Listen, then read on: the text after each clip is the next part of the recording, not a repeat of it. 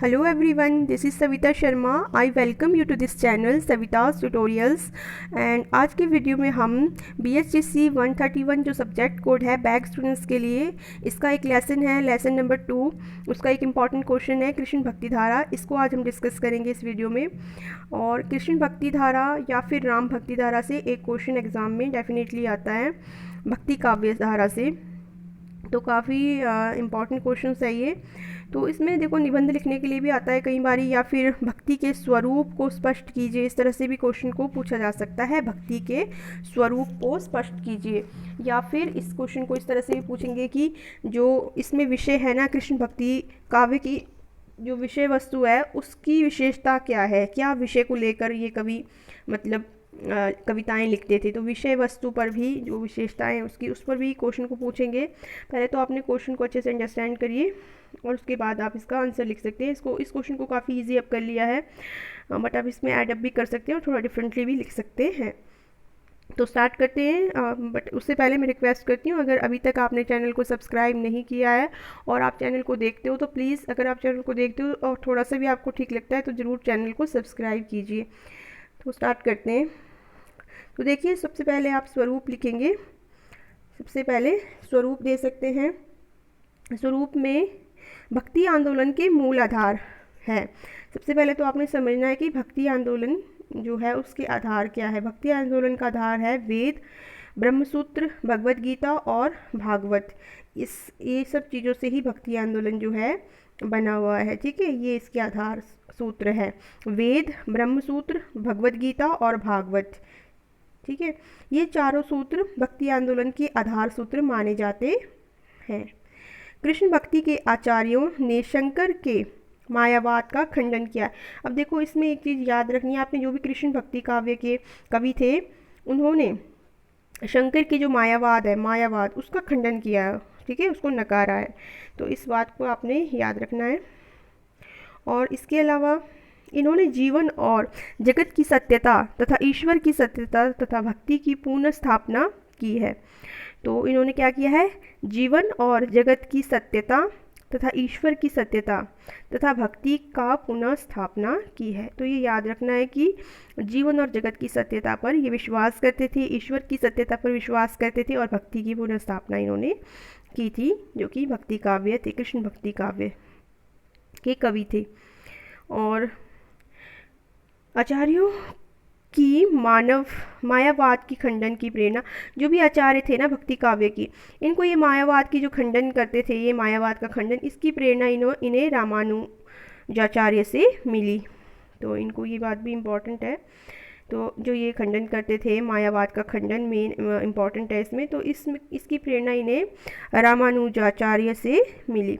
इसी कारण यह आंदोलन उत्तर भारत में पूरे वेग से प्रभावित हुआ, काफ़ी तीव्र गति से फैला ये. तो ये इसका स्वरूप में आप देंगे कि इसका स्वरूप जो है, इसकी प्रेरणा इन्हें वेद, ब्रह्मसूत्र, भगवत गीता और भागवत से मिले हैं. और ये चारों जो है इसके आधार बने हैं.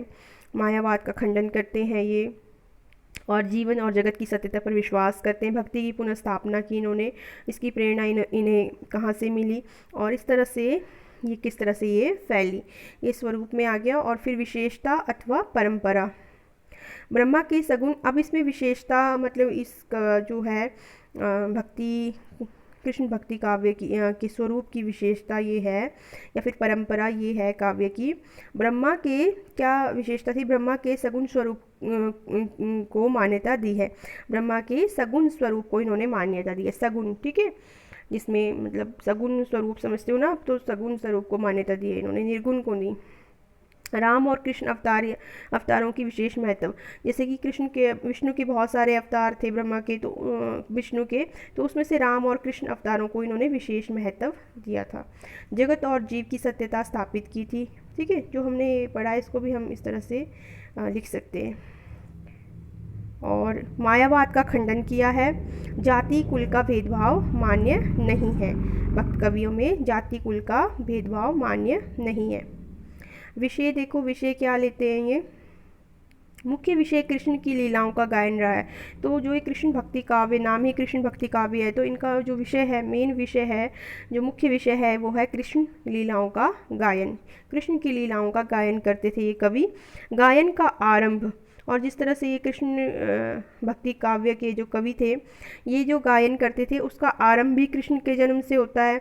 और फिर उसके बाद कृष्ण की नटखट क्रीडाएँ, और कृष्ण और राधा की प्रेम लीला, रास क्रीड़ा, गोपी विरह, ये सारा कुछ इसमें आता है इस काव्य में। कृष्ण और राधा का सौंदर्य भी एक विषय है। कृष्ण और राधा का सौंदर्य भी इसमें एक विषय है, और इसी कारण भक्ति काव्य में नखशिख की परंपरा भी चली है। काफ़ी इंपॉर्टेंट है ये, नखशिख की परंपरा भी इसमें चली है। कृष्ण के रास को विषय बनाकर श्रृंगार का वर्णन किया गया है। इसमें श्रृंगार भी मिलता है, और कृष्ण भक्ति काव्य में ही रीतिकाल के बीज मौजूद है। कृष्ण जो भक्ति काव्य है, इसमें श्रृंगार का इतना ज़्यादा वर्णन किया गया है, प्रकृति का वर्णन किया गया, तो ऐसा लगता है कि जो रीति का काव्य बाद में आया, उसके बीज यहीं पर मिल गए थे, भक्ति काव्य में ही। तो दार्शनिकता, ठीक है, दार्शनिकता इस कृष्ण भक्ति काव्य की दार्शनिकता।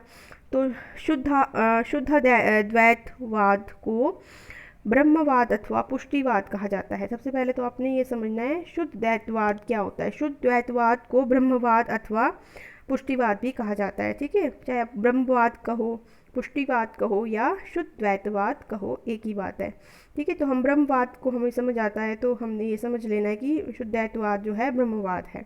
कृष्ण भक्ति काव्य के दार्शनिक विचार जो है इसी शुद्ध द्वैतवाद के अंतर्गत आते हैं। तो ये कृष्ण भक्ति काव्य के विचार है ना, वो इसी शुद्ध द्वैतवाद के अंतर्गत आते हैं। अब ये शुद्ध द्वैतवाद को भी बताया गया है। शुद्ध द्वैतवाद में शुद्ध का अर्थ जो होता है, वो होता है माया के संबंध से रहित, जिसमें माया बिल्कुल भी ना हो, ठीक है, उसको बोलेंगे शुद्ध।